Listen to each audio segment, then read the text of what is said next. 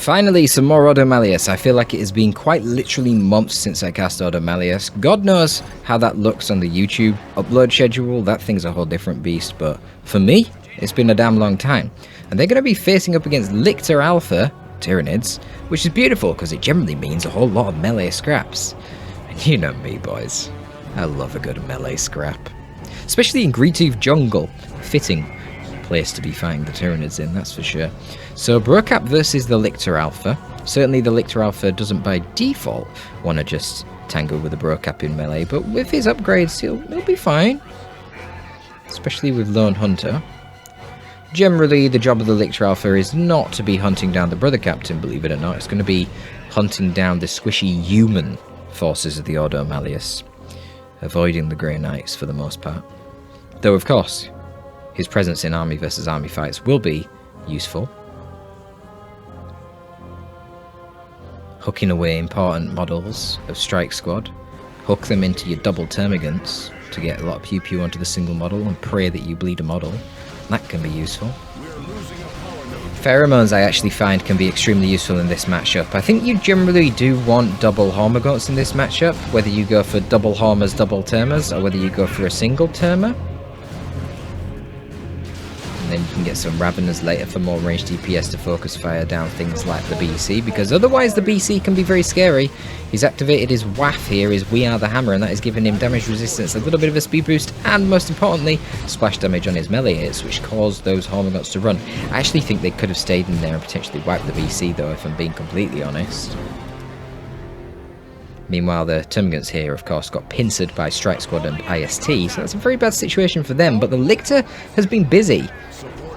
Now comes in and gets a couple of kills on the IST, maybe hook another one for a kill. I don't think he's used his hook yet, has he? Most importantly though, note that this natural power has been decapped here by the Lictor. So instead, perhaps Redrolla is going to be forced to build his gens here on the slightly less safe gen farm. Generally this is your natural power. This is still natural, but it's less safe. The same applies here.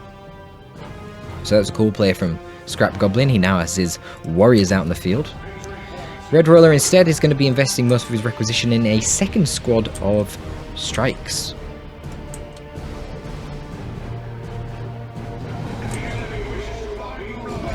Lictor happy to engage the strike squad here because he knows he's got the reinforcements coming in. Warriors will leap in and cause a good bit of disruption. There are some support here for the initial strike squad, a second one, a fresh one coming in. But they don't want to take all this on their own. I'm not really sure why the Lictor Alpha retreated so early. I think he could have stayed in melee there a little bit longer. And you can see on the minimap the other Gaunts are spread around the map. The Hormagaunts are now rotating over, but they don't have their adrenal glands, so they're not that strong yet. And a lot of damage had gone onto the warriors. Termagant's not great against the Strike Squad. Strike Squad just get into melee with them too soon. And the Strike Squad having heavy infantry and a reasonable amount of HP, honestly, they can just go in cover and kill the damn Termagants at ranged as well, so... This is often why 2 Hormagaunts is very good, but then you get frustrated because you don't have 2 Termagants, so then killing the Brother Captain without fighting him in melee is a nightmare. Which with the default Brother Captain weaponry isn't too bad, but certainly when he gets the tier 2 weapons, you don't want to be relying on melee to kill him. He'll turn into a one-man army. But that's why I also say you can get Raveners later in tier 1. Warriors into Raveners rather than double warriors, but we'll see. I guess it makes sense in the context of a 2 Termagant build to go 2 warriors so he's got more anti-melee. He's got a Barb Strangler here, so... The problem with the Barb Strangler is he's against a Brother Captain, and out of all the Ordo Malleus heroes, this is the best one to deal with the Barb Strangler because you can't suppress him. And you can't knock him over either with Flesh Hook, so he just charges at the Barb Strangler and it's shut down. So actually, I really do not like this Barb Strangler, and there you see the warriors isolated with no support because the Termagants were too busy capping, Termagants were too busy shooting at the BC, warriors solo against 2 Strike Squad with their upgraded Tomes of Titan. Not a good fight for the warriors. And now these Hormagaunts under threat as well because of the Stormbolter fire. You know, the Grey Knights distributing too many shots there into the Termagants. Getting a bit confused. ISC doing a good job on the sidelines capping the map. Generally decent play here from Redrolla. Now he's got the double Tomes of Titan, and he can also do double Banishment, which is going to be a lot of AoE damage onto the Gaunts. Brocap going to be getting the Nemesis Force Sword. At 45 DPS? Oh, it's buffed back up to 50 DPS power melee. Wow. Yeah, that's going to be very good against the Bow Strangler Warrior Brood, which is already losing models. Not really seen too much from the operatives so far. The operatives' main use though is to provide a bit of detection, which can spot the Lictor. Strike Squad really should be getting out of here, I think, soon. Yeah, one of them leaves. BC's going to go in and tie up the Bow Strangler. No, it's turning around. That's a weird play. Now the Strike Squad are screwed, so they can't get out. They need to retreat before they bleed. Who am I kidding? Grey Knights can't die.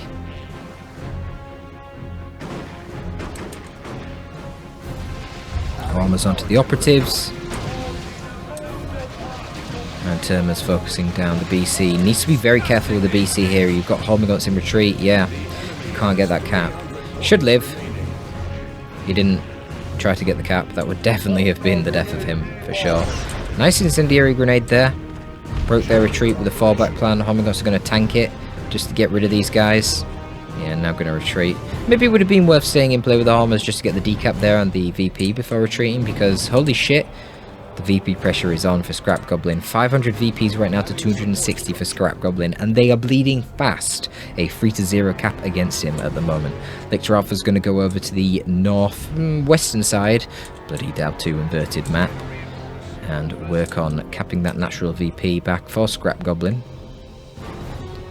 I don't like how he's not focusing the VPs here, Scrap Goblin. Forget the wreck, man. Get the VP. You're behind so many VPs. Like, this is really risky. I'd be getting quite concerned about the VPs at this point, especially with the size of this map. Knowing that the Auto Malleus have access to the Rhino in Tier 2. Oh, that thing's going to be such a nightmare to deal with. Especially when you're a Lictor. So it's not like you can get a ranged AV weapon on your hero, like the Ravner Alpha or the Hive Tyrant. And another pretty nice incendiary grenade. Yeah, I really don't like this Bow Strangler. It's shutting down this Strike Squad, but man, it just takes so long to get the job done, and it's so vulnerable to the BC, and it's just meh. Remember, it's not a cheap upgrade either. It's not like this is just a free alternative. You're paying for this. Paying quite a lot of power. Still, Scrap Goblin is going Tier 2 first, so that's something for him. It looks like Redrolla's probably floating. Yeah, he is. And the BC is going to come back out again. We'll be able to take this back. There's absolutely no hope against this bad boy with the Nemesis Power Sword.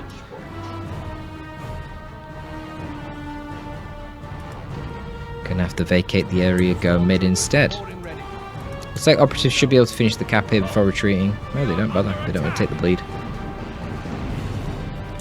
Fair enough. I mean, Redrolla is massively ahead in VPs, so I understand him playing conservatively.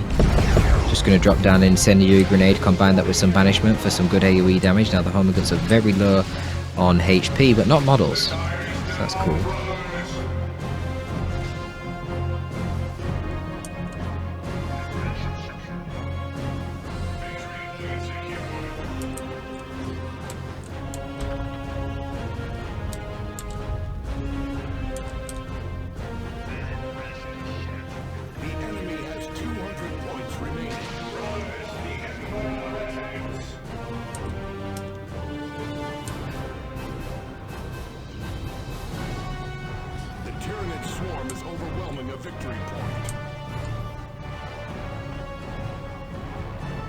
Okay, it's going to be a Venom Brood here for Scrap Goblin. Now, the Lictor Alpha does have the ability to drop down a Venom Brood from his global bar, so one thing that he could do here is he could make this Venom Brood a Death Spitter. Then he's got even more ranged DPS. And actually, the Death Spitter would be nice ranged DPS because it actually will ignore the heavy infantry armor of the Strike Squad, unlike the Termagants. And then, if he sees a vehicle, he can drop down another Venom Brood via the global bar. And it turns out he won't. He's going to see a Librarian. So yeah, the Death Spitters are going to be really nice here. I like this play. Probably wants a bit of investment on his Lictor, and then Gene Stealers next. Along... Oh yeah, he's already got the Adrenal Glands here on this Warrior Brood.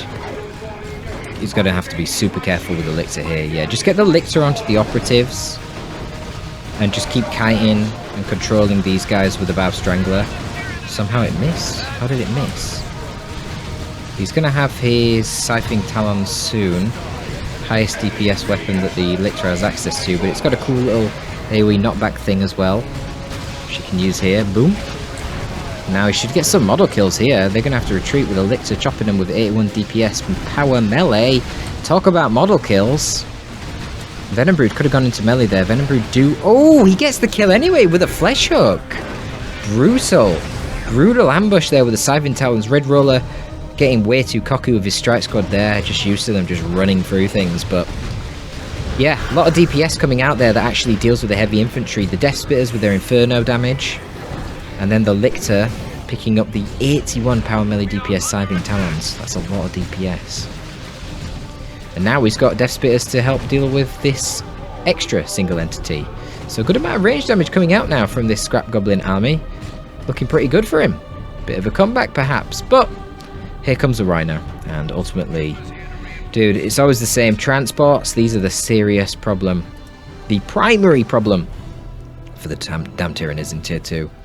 So we'll see how Redrolla uses it. Like I say, Scrap Goblin has some options. He does have the... He has the ability to drop down Venombrood with the global bar. So if you use that in the right instance, you can kind of drop them into a retreat path, and you can sort of, well, you know, whether you can push the Razorback into a certain position, and then you push it back with melee, and then you predict where it's going to drive, and you have Venombrood waiting on a flank to kill it. He does have the Electroshock grubs available here from the Thorax Swarm on the Venombrood. Sorry, on the Warrior Brood here with a Barb Strangler. So that's nice. It's kind of a no-brainer upgrade anyway. Increases the HP of the squad by 20% and the speed by 0.5. So it's just a nice flat upgrade even without the Electroshock grubs. It also gives you the Desiccator Lava, which the warriors are able to erupt around them to debuff the damage resistance of enemies in the area. So basically, if the strike squads bomb rush your ranged blob of warriors, termers, and venoms, you drop the Desiccator Lava and then counter initiate with melee, and the enemy that's attacking your ranged blob is going to be taking 20% more damage thanks to that. So pretty good composition here. Lictor now picking up the Lone Hunter. You can see that he's actually very effective against the Brother Captain right now. Whilst the Brother Captain has more HP, the Lictor's just got way more damage. 81 DPS versus 50 on the Brother Captain here, because the Brother Captain didn't opt for a tier 2 weapon, he only opted for a tier 1 weapon. But here comes the Razorback with the Storm Bolter mounted on the front. Honestly, maybe even able to kill this Lictor if he rotates. Rotate around so you got the Storm Bolter firing as well, and then chase that fucker down. Chase that Xenos! You're not firing your Storm Bolter. Come on, Redrolla, keep chasing. Keep chasing, keep chasing, keep chasing! No, he gets away with 3 HP! No! What's he doing? Why didn't he chase? He could have chased that for way longer. Oh, big throw. Too busy paying attention over here, I guess. Man. Definitely could have killed that there. He's got Mind Blades on the strike squad, but they're way too low on HP. Should have used that at the start of the engagement, not the end of it. Lost the Justicar. Purifiers are now out here, though. Okay, well. Even stronger than the strike squad. Power melee on all of their swords. Heavy melee on the Thunderhammer, and 360 degree special attacks on that Thunderhammer that the Justicar has. You see him here. They've also got Coruscating Flames. No, they don't. Fucking hell. They don't have Coruscating Flames. That's the Chaos Sorcerer ability. But it looks like Coruscating Flames. What the hell is the ability? I forgot what it's called, but basically it prevents all nearby enemies from using abilities. Tyranids don't have many abilities anyway, so it's not a big deal. I guess it stops them using Crippling Poison if you were within range of them when they use it, which I don't know that you would be.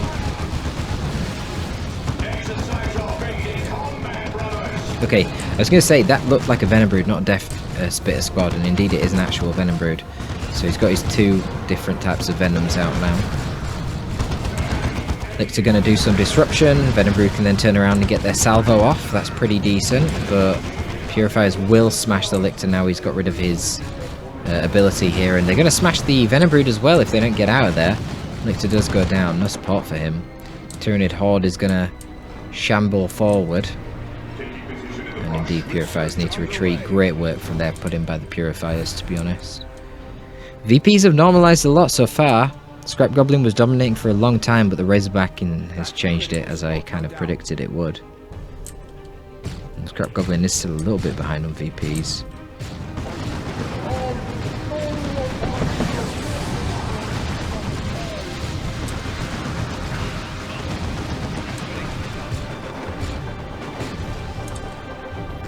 Oh my god, must have got hit by a incendiary grade. No, probably just a smite from the librarian. Taking a lot of AoE damage. What's going on over here? The Lictor's back out to attack the Strike Squad. This Strike Squad lacking a Justicar, so has absolutely no hope against this Lictor. Ooh, well maybe they do actually with Mind Blades. For some reason Scrap Goblin cancelled the Lord Hunter earlier. Man, look at the damage that this Lictor does. Holy shit. Yeah, Mind Blades did not help. It did not help. At all.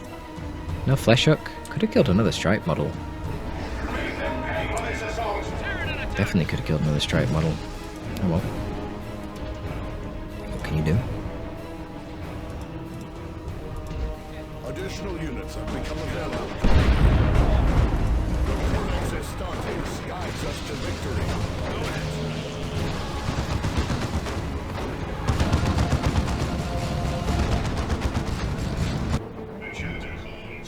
Razorback going around on very low HP. Clearly what's going on here is Redrolla is attempting to get some tier 3 unit out. He has tech tier 3, but he's going to be waiting quite a while. The problem for him will be the VPs, which he is now bleeding. But he should be able to get into the central VP quite easily here. We're now getting Rippers spawned in. I don't think the Rippers are going to be too influential here though. The Auto Malleus is not really relying on ranged weapons. Just got a whole lot of melee. Decent smite. Bow Strangler Warrior Brood are very low on HP right now. Lictor getting himself quite outnumbered. Needs to retreat. Oh, nicely done. Times his retreat with a scythe. There's a big ass sanctuary, just causing disruption because Redrolla really wants his BC to cap, but he can't. Death Spitters firing in on him. Razorback very conservative here, kept in the back. One Electro Shock Grub would kill it. See, there's no IST, so he can't repair it. Okay, he's going for the Warhammer Razorback, fair enough. I mean, there's no counter to the Razorback, so how's he going to kill a Warhammer Razorback? That thing's just an even more beefed up version of it. More HP, more firepower, slightly more speed just to balance it. Sorry, slightly less speed just to balance it, fucking hell. If I'm a Razorback that's faster than a Razorback, oh my god. I think I'd go back to retail. So here it is. Presumably we're going to have an IST as the next squad, because the Warhammer Razorback's going to need repairs as well, and the normal Razorback needs repairs. These things are just so hard for Tyranids to deal with because they don't have long-range snares. Of course, the real thing that Scrap Goblin needs right now is to get a Venom Cannon Carnifex. Ooh, can the Venom Brew shoot the Rhino? No. They can't. Purify's blocked for them. And Venom Brew should not be the ones that are advancing first here, because you can see why. They just take so much damage. So much damage. Brutal stuff.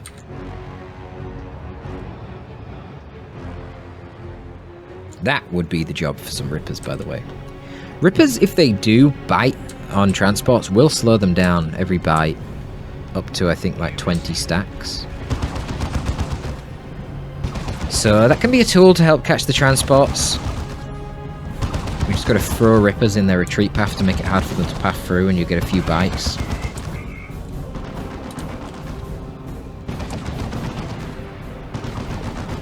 Warhammer Razorback nearly killing the Lictor Alpha right there. Does he have Lone Hunter now?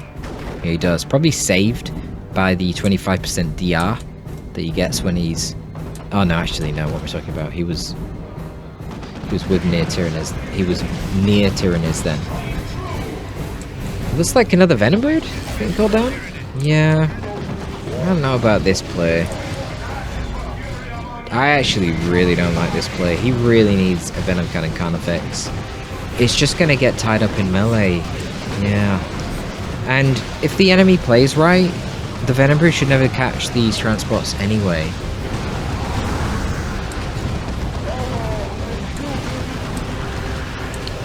BC's putting in work. Probably want to see some upgrades on the BC. Probably should get the Holy Armor of Titan if he doesn't already, now that he's tier 3. Yeah, he's not got that yet. It's a fat HP boost. Wow, he's gonna he just loses the IST straight away. I don't know what the IST were doing so far forward, to be honest with you. Must have been some sort of micro mistake. I seen that they went in to throw a grenade, but then, yeah, kept running forward. Bit weird. Now he's got no repair support again for the Vortimer and the Razorback. The enemy is claiming a victory point. But yeah, that Holy Armor of Titan, big HP boost, more HP regen, and ability that makes him invulnerable for a period of time. I mean, that would just be a wonderful asset right now to tank on the front lines. Licks are getting shredded. Incendiary Nade's going to go in here, but shouldn't do too much. I mean, okay, it's going to melt Termagants, that's for sure. Let me say most of the threats here are heavy infantry, 3 model squads, but it worked out pretty good, didn't it, that Incendiary Grenade? And now the Purifiers have healed up and they're back on the field, and that's pretty concerning. These are Death Spitters, right? Yeah, they are, so they're not able to threaten the vehicle. There is a Venom Brood back here with 2 models. Purifiers are on it, though. They do fire on the move. Okay, they're going to get the Razorback. No, they're not! They don't even kill it! Oh, shit. Oh, that's not good. Death Spitters can't kill it.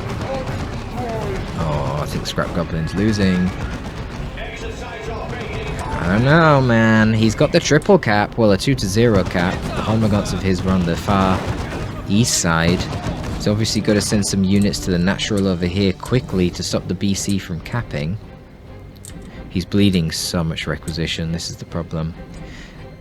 Calling that decision to call down the Venom Brood, it basically sealed his fate with regards to never being able to get a Venom Cannon Carnifex out again.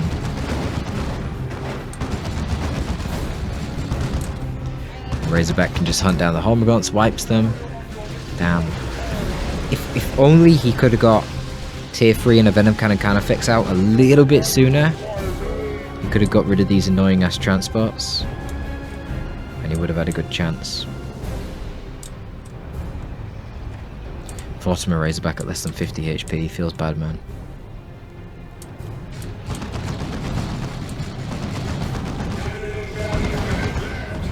There's limited time. I don't think he can do it. I don't know how he's going to be able to control 2 VPs really against these two. He's trying, but the Purifiers are such a pain without Gene Stealers. Even with Gene Stealers, these guys have got Mind Blades buffing their damage and their melee skill, and now they've got Canticle of Absolution giving them more HP regen. Yeah, Scrap Goblin's going to run out of VPs. Really close. Really close.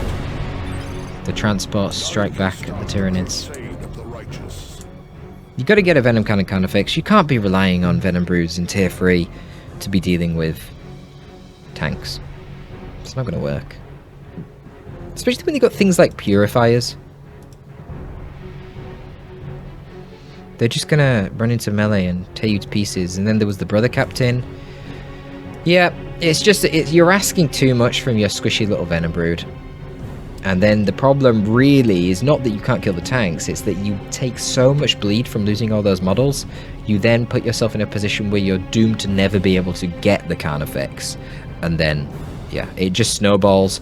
They get shit like Terminators out, and yeah, even if you get the Carnifex, then the Terminators can just melee it, and yeah, nightmare.